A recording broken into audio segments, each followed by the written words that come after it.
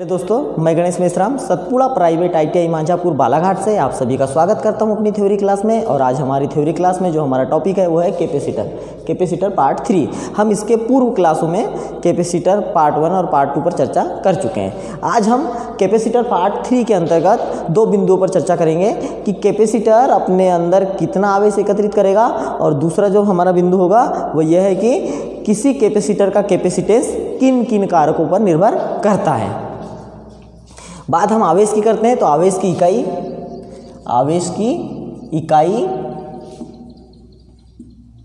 इकाई कूलाम होती है। इसे हम Q से रिप्रेजेंट करते हैं।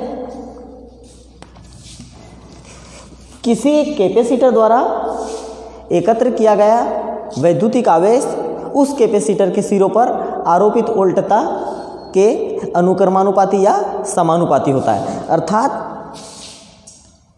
Q proportional V। जब हम इन दो राशियों को अनुपात रूप में हल करते हैं तो हमें एक नियतांक प्राप्त होता है, अर्थात Q/V बराबर नियतांक, जिसे हम स्थिरांक भी कहते हैं। और यही नियतांक जो है वो हमारी कैपेसिटीय धारिता कहलाता है, जिसे हम C से रिप्रेजेंट करते हैं, अर्थात Q/V बराबर C। इसे हम इस प्रकार भी लिख सकते हैं, C बराबर Q/V। तो एक हमारा इस प्रकार से हमें एक फार्मूला प्राप्त हो जाता है। इसमें अगर हम Q का मान प्राप्त करना चाहें तो Q बराबर C/V हो जाएगा। इस प्रकार हमें ये दूसरा फार्मूला प्राप्त हो जाता है। यहाँ पर दोस्तों जो Q है वो वैद्युतिक आवेश है कूलाम में, जो C है वो धारिता है, कैपेसिटेंस है फैराड में, और जो V है वो वोल्टता है वोल्ट में।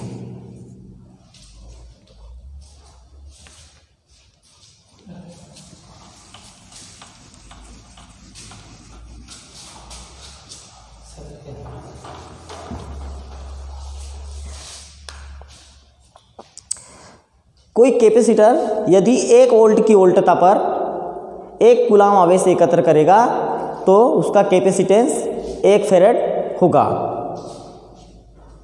अर्थात 1 फैराड बराबर 1 कूलाम बटे 1 वोल्ट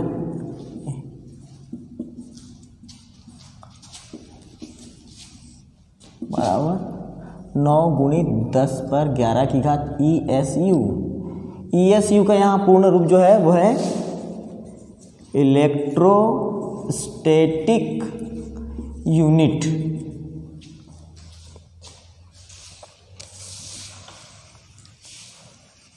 अब हम बात करेंगे कैपेसिटर के दूसरे बिंदु पर, जो है कि कैपेसिटर का कैपेसिटेंस किन किन कारकों पर निर्भर करता है। तो इसमें सबसे पहला जो कारक है वो है प्लेट का क्षेत्रफल। सबसे पहला जो है वो है प्लेट का क्षेत्रफल। तो किसी कैपेसिटर में यूज की जाने वाली दो चालक प्लेटें जो होती है उनका क्षेत्रफल या उनका साइज जो होता है वो कैपेसिटेंस के सीधे समानुपाती होता है, अर्थात C/A। अर्थात अगर किसी कैपेसिटर की चालक प्लेटों का क्षेत्रफल बढ़ा दिया जाए या उनका आकार साइज बढ़ा दिया जाए तो उस कैपेसिटर का कैपेसिटेंस भी बढ़ जाता है।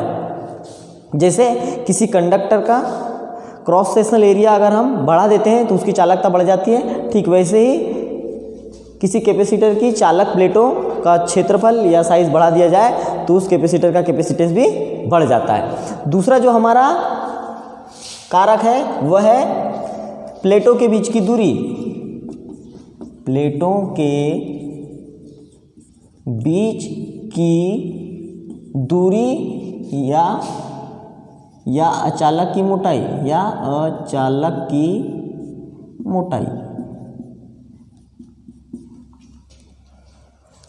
दोस्तों, जो कैपेसिटर में यूज होने वाली दो चालक प्लेटें होती है, उन चालक प्लेटों के बीच की दूरी यदि कम कर दी जाए या उन चालक प्लेटों के बीच में जो अचालक पदार्थ हम यूज़ कर रहे हैं उसकी मोटाई कम कर दी जाए तो उस कैपेसिटर का जो कैपेसिटेंस होगा उसकी वैल्यू बढ़ जाएगी।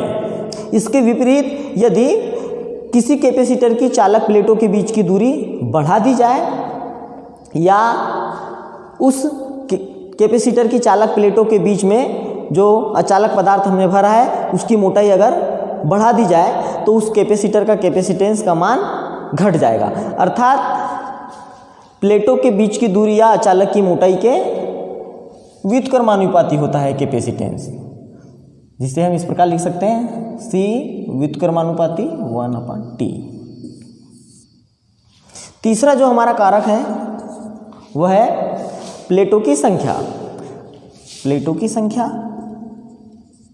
प्लेटों की संख्या।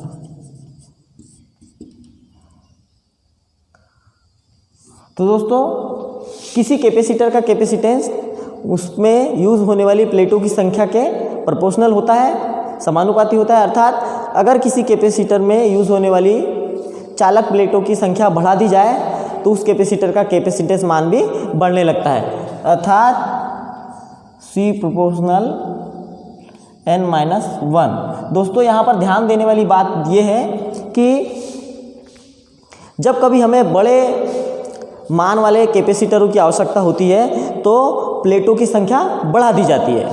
यदि हमने एक ऐसे कैपेसिटर का निर्माण किया है जिसमें प्लेटों की संख्या अधिक है तो उसमें हम मान लेते हैं कि प्लेटों की संख्या n है और जो उन प्लेटों के बीच में जो अचालक पदार्थ हमने यूज़ किया है उनके परतों की संख्या माना n-1 है। तो इस प्रकार जो हमें वहाँ पर जो डाइलेक्ट्रिक क्षेत्र प्राप्त होंगे n-1 होंगे। इसके बाद जो हमारा चौथा कारक है वह है अचालक नियतांक।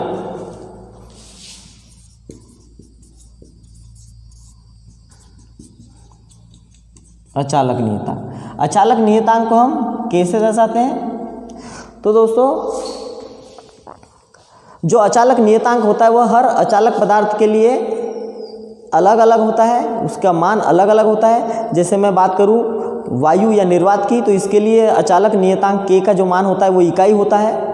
अगर मैं बात करूं सेरेमिक पदार्थों की तो उसके लिए अचालक नियतांक K का मान 7500 तक होता है। इसमें दोस्तों जो अचालक नियतांक में जो हमारा कारक है इसमें K की जो हमारा कैपेसिटेंस है वह सीधे सीधे समानुपाती होता है K के। अर्थात यदि अचालक नियतांक K के मान में वृद्धि होती है तो कैपेसिटेंस के मान में भी वृद्धि होगी। यदि इसके K के मान में कमी होती है तो इस कैपेसिटेंस के मान में भी कमी हो जाएगी।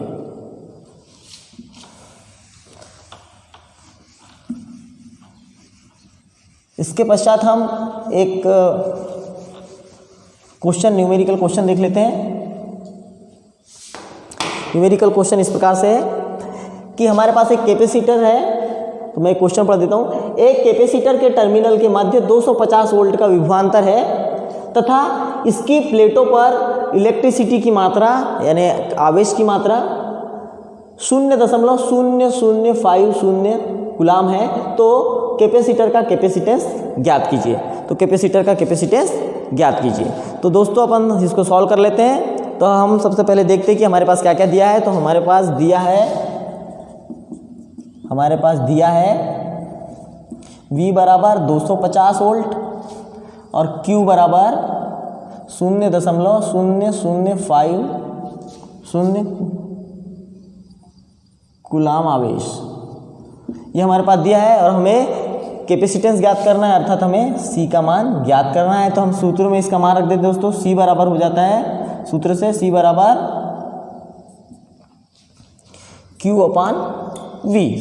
C बराबर हो जाता है Q/V। तो यहाँ पर अपन फार्मूले में मान पुटअप कर देंगे। Q का मान हमारे पास है 0.0050/V का मान है हमारे पास 250 वोल्ट।